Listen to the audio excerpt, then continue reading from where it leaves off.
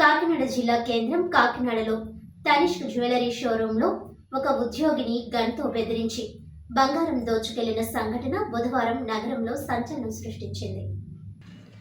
Tanishq jewellery షోరూంలో నగలు కొనుగోలు చేయడానికి వచ్చినట్లు వచ్చి అక్కడ పనిచేస్తున్న ఉద్యోగిని నకిలీ గన్తో బెదిరించి ఓ యువకుడు బంగారంతో ఉడాయించాడు.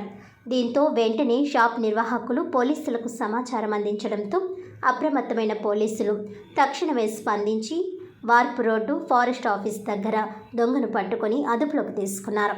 దొంగ నుండి బంగారం, గన్ను ట్రాఫిక్ పోలీసులు స్వాధీనం చేసుకున్నారు. స్వాధీనం చేసుకున్న గన్ డమ్మీ గన్గా గుర్తించిన పోలీసులు దొంగను 1 టౌన్ పోలీస్ స్టేషన్కు తరలించారు.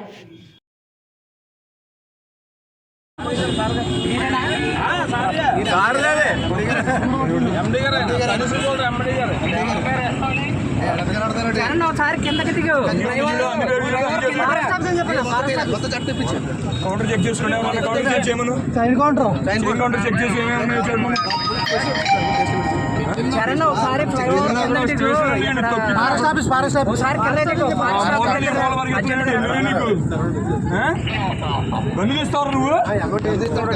నువ్వు గన్ను పోయి వాళ్ళ కనబడుతున్నారు.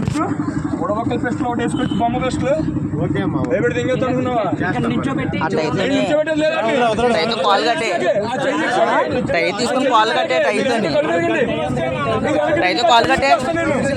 మీరు వెనక జరిగిన చేయించి నాకే వాడికి